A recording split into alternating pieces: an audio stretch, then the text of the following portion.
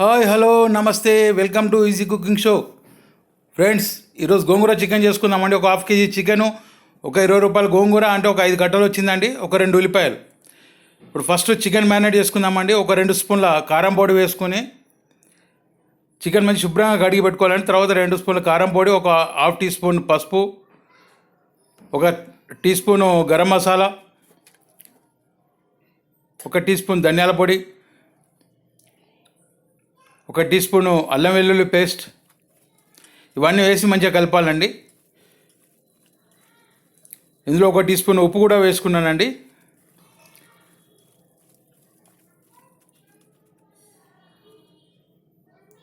అది వీడియోలో చూపించలేదు.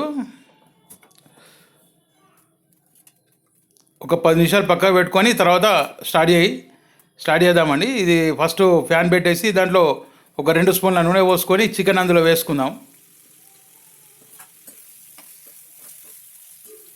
చికెన్ కొద్దిగా కలపాలండి.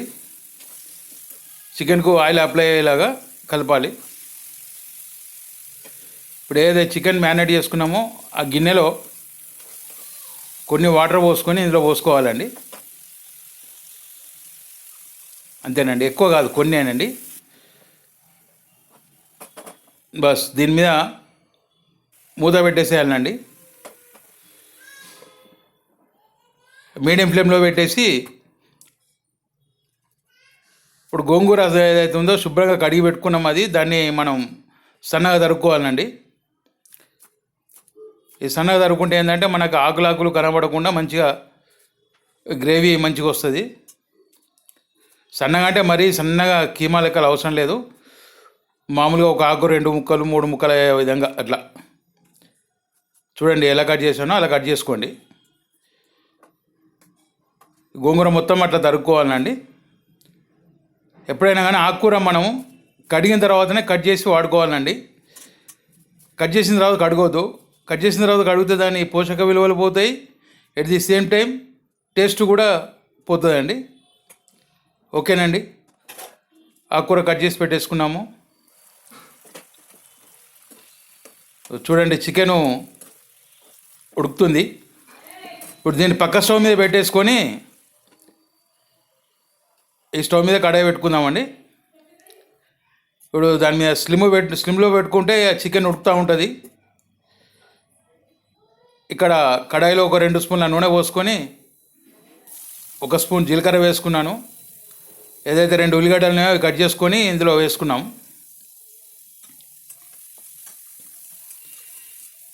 ఉల్లిగడ్డ కలపాలండి.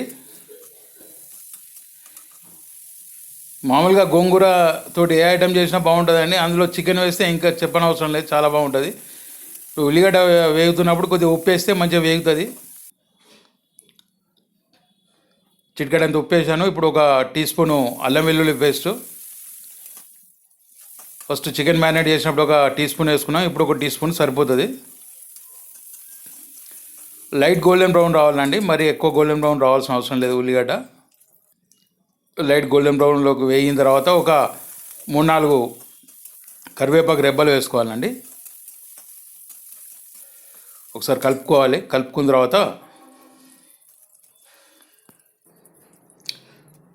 తర్వాత ఒక చిన్న టీ స్పూన్ పసుపు వేసుకోవాలండి. ఒకసారి కలుపుకోవాలి. కలుపుకున్న తర్వాత 1 స్పూన్ కారం పొడి వేసుకోవాలండి.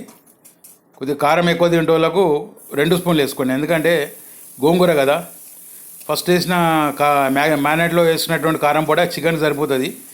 ఈ గోంగూరకు 2 స్పూన్లు వేసుకుంటే బాగుంటుంది. కారం తక్కువ తింటే వాళ్ళు 1 స్పూన్ వేసుకోండి. నేనైతే 1 స్పూన్ వేసాను.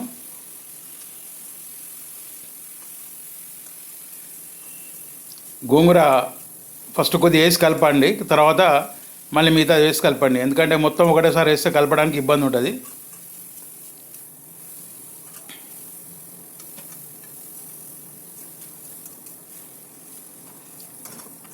మీడియం ఫ్లేమ్ అన్నా లో ఫ్లేమ్ అన్నా పెట్టుకొని కలపండి. తర్వాత ఒక గ్లాస్ వాటర్ పోసుకోండి, కలపండి. మీకు ఫ్రై లాగా కావాలనుకుంటే ఈ మాత్రం వాటర్ పోస్తే సరిపోతుంది. లేదు కొద్దిగా లూజే ఉండాలి, కలుపుకోవడానికి జర గ్రేవీ లెక్కలు కనబడాలి లైట్గా అని అనుకుంటే గ్లాసు వాటర్ ఎక్కువ పోసుకోండి.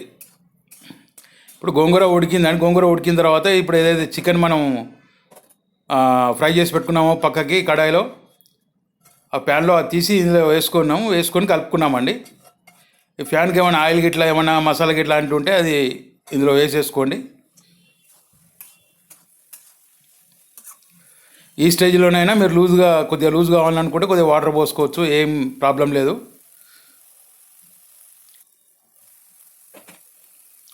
ఉప్పు చెక్ చేసుకోవాలండి, చేసుకొని దానికి సరిపడా ఉప్పు వేసుకోవాలి.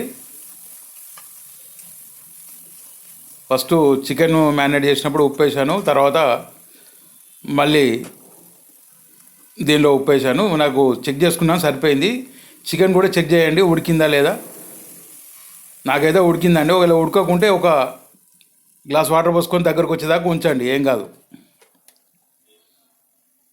ఓకేనండి, ఇప్పుడు రెడీ అయిపోయింది. ఇప్పుడు కొద్దిగంత ధనియాల పొడి, మీకు మసాలా జర ఎక్కువ ఇష్టమైతే కొద్దిగా మసాలా కూడా వేసుకోండి. ఇప్పుడైతే ధనియాల పొడి మాత్రం వేశాను నేను. ఓకేనండి, రెడీ అయింది. బౌల్లోకి తీసుకుందామండి. గోంగూర చికెన్ ఎంతో కమ్మగా, ఎంతో టేస్ట్గా ఉంటుందండి. సూపర్గా ఉంటుందండి. చూస్తేనే నోట్లో నీళ్ళు ఊరుతాయి. వీడియో చూసినందుకు చాలా థ్యాంక్స్ అండి. సబ్స్క్రైబ్ చేసుకోండి, ఫ్రెండ్స్కి షేర్ చేయండి, లైక్ చేయండి ప్లీజ్. వీడియో చూసినందుకు చాలా థ్యాంక్స్ అండి.